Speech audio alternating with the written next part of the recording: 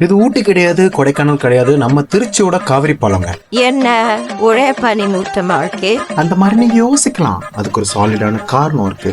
அதை வீடியோட கடைசியில சொல்றேன். வணக்கம் மக்களே, வெல்கம் டு மை vlog. 365 நாள்ல 365 வீடியோ போடுறதுல இன்னைக்கு நாள் 10. ஒரு வழியா இந்த 10 நாள் டார்கெட்டை வந்து அடைஞ்சிட்டேங்க.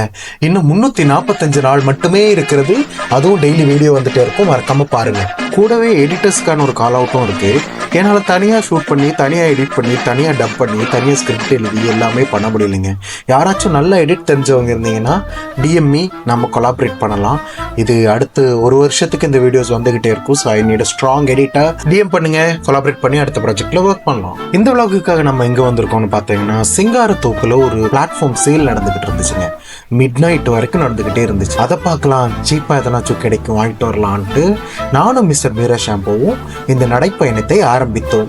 ஆரம்பத்தில் எதுவுமே தெரியலங்க. க்ரௌடுக்குள்ள என்டர் ஆனதுக்கு அப்புறம் தான் தெரியுது, பாதை குறுகலாயிட்டே போகுது, ஜன நெரிசல் அதிகமாயிட்டே போகுது. ஓ மை காட், என்ன க்ரௌட், என்ன க்ரௌட். இந்த ஊர் திருவிழால காம்பரர்ஸ் எல்லாம் அனௌன்ஸ் பண்ணுவாங்கல்ல மைக்ல, அலையலையாக மக்கள் திரண்ட வண்ணம் இருக்கின்றனர் என்ன, அதுதாங்க எனக்கு இந்த க்ரௌடை பார்த்ததும் ஞாபகம் வந்துச்சு. எங்கிருந்து வர்றாங்கன்னே தெரியல, எங்கிட்டு பார்த்தாலும் ஆளுங்க, அவ்வளோ க்ரௌடு ஜெகஜோதியா இருந்துச்சுங்க. நாங்கள் ஷூட் பண்ணிட்டு கூட்டத்தை விட்டு வெளியில் வர்றதுக்கே ரொம்ப லேட் ஆயிடுச்சு நண்பர்களே. அப்படியே சாரதாஸ் ரோடு வழியாகவே போகலான்னு ஒரு நடைய போட்டோம். நைட் டைமில் சாரதாஸ் கடல்லாம் க்ளோஸ் பண்ணியிருந்து நான் இது வரைக்கும் பார்த்ததே இல்லை.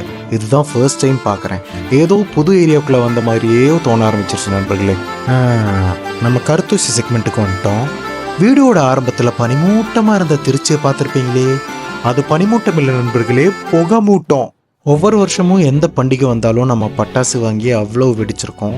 இந்த பட்டாசு எவ்வளோ அதிகமாக வெடிக்கிறதுனால நம்ம அட்மாஸ்பியர் எவ்வளோ சேஞ்ச் ஆகுது, எவ்வளோ இன்ஃப்ளூயன்ஸ் ஆகுதுன்னு பாருங்கள். இந்த புகையை சுவாசிச்சோன்னா நம்மளோட லங்ஸுக்கு என்ன ஆகும்? இதனால் பாதிக்கப்பட போகிறது நம்ம மட்டும் கிடையாது, இந்த உலகத்தில் வாழ்கிற மற்ற உயிரினங்களும் தான். ஏன்னா இந்த உலகம் நம்மளுக்கு மட்டும் சொந்தமானது இல்லை, இல்லையா நண்பர்களே? அதனால் ரெஸ்பான்சிபிளாக பட்டாசு வெடிங்க. வரப்போகிற தமிழ் நியூ இயர்க்கு நான் உங்களை அடுத்த vlogல மீட் பண்ணுறேன். இதோட இந்த vlog முடிச்சுக்கிறேன். Until then tata bye bye. This is Yash. இரவு வணக்கங்கள்.